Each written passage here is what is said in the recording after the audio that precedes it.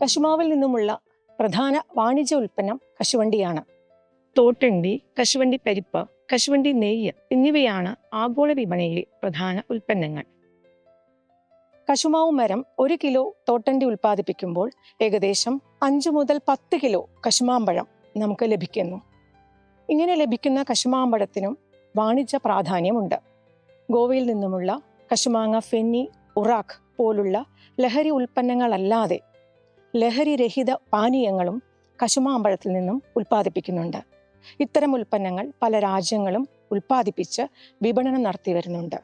കേരള കാർഷിക സർവകലാശാലയുടെ കീഴിൽ മാടക്കത്തറ കശുമാവ് ഗവേഷണ കേന്ദ്രത്തിൽ നിന്നും കശുമാമ്പഴത്തിൻ്റെ വ്യത്യസ്ത രുചിയിലുള്ള 4 പാനീയങ്ങൾ ഉൽപ്പാദിപ്പിച്ചിട്ടുണ്ട്. വളരെ മൂത്തുപഴുത്ത കശുമാമ്പഴം ശേഖരിച്ച് കഴുകി വൃത്തിയാക്കി അതിൽ നിന്നുമുള്ള ജ്യൂസ് എടുത്ത് ആ ജ്യൂസിൻ്റെ കറ കളഞ്ഞ ശേഷമാണ് വിവിധ പാനീയങ്ങൾ ഉണ്ടാക്കാനായി ഉപയോഗിക്കുന്നത്.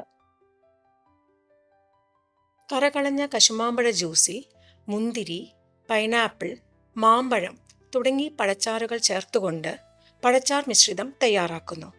ഇങ്ങനെ തയ്യാറാക്കിയ പഴച്ചാർ മിശ്രിതം നൂതന സാങ്കേതിക വിദ്യയിൽ നിശ്ചിത ഊഷ്മാവിൽ പാസ്ചറൈസ് ചെയ്താണ് ഇത്തരം പാനീയങ്ങൾ ഉണ്ടാക്കിയിരിക്കുന്നത്. RTS ബെവറേജ് എന്ന കാറ്റഗറിയിൽപ്പെട്ട റെഡി ടു സെർവ് കശുമാമ്പഴ ജ്യൂസ് ഉൽപ്പന്നങ്ങളാണ് ഇവ. ഇതിലെല്ലാം തന്നെ വളരെയധികം പോഷകങ്ങൾ അടങ്ങിയിട്ടുണ്ട്, പ്രത്യേകിച്ചും വൈറ്റമിൻ സി, ഫ്ലാവനോയിഡ്സ് ആൻഡ് ഫീനോളുകൾ. അതുകൊണ്ട് തന്നെ വളരെ പോഷക സമൃദ്ധവും ആരോഗ്യദായകവുമായ ഒരു പാനീയമായി ഇത് കണക്കാക്കാം. ഈ സാങ്കേതിക വിദ്യ കേരള കാർഷിക സർവകലാശാലയുമായുള്ള ധാരണാപത്രത്തിന്റെ അടിസ്ഥാനത്തിൽ താല്പര്യമുള്ള വ്യക്തികൾക്കോ സ്ഥാപനങ്ങൾക്കോ കൈമാറുന്നതാണ്.